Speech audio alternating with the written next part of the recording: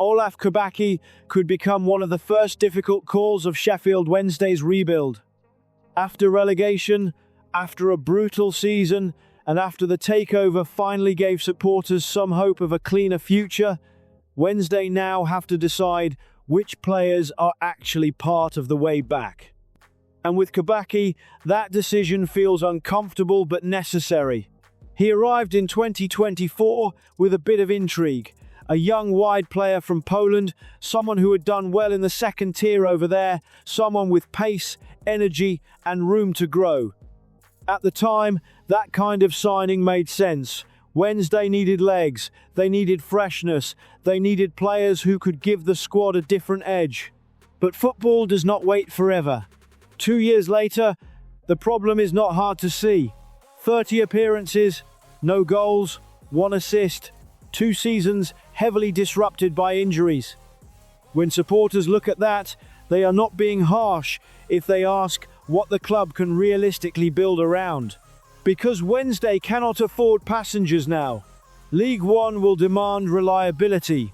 It will demand players who can go again on a Tuesday night, handle physical games, travel to difficult grounds, and still produce when the pressure is on.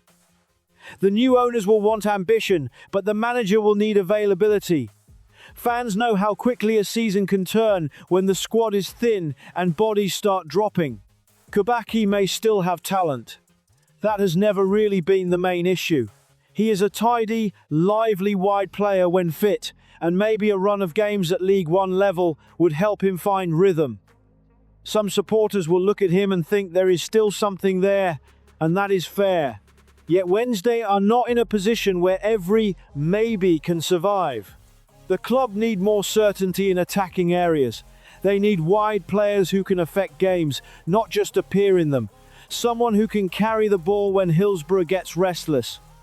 Someone who can create a chance when the team looks flat. Someone who makes defenders worry and gives the crowd a reason to get louder. That has not happened enough with Kabaki. The financial side matters too. Wednesday paid a fee for him, and with 2 years left on his contract, this summer might be the right moment to recover something. It would not be glamorous. It would not be emotional.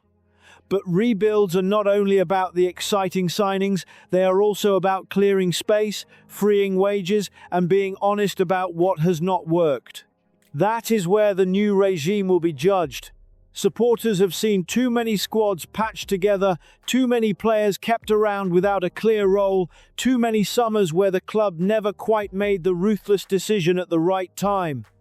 If Wednesday are serious about promotion, they have to act like it in the margins as well as the headline moves. Selling Kabaki would not solve everything. It would not transform the squad overnight. But it could be one of those small decisions that shows the club are finally thinking clearly. So do Wednesday give Olaf Kabaki one last chance to prove he belongs? Or is this exactly the kind of tough call the rebuild has to get right?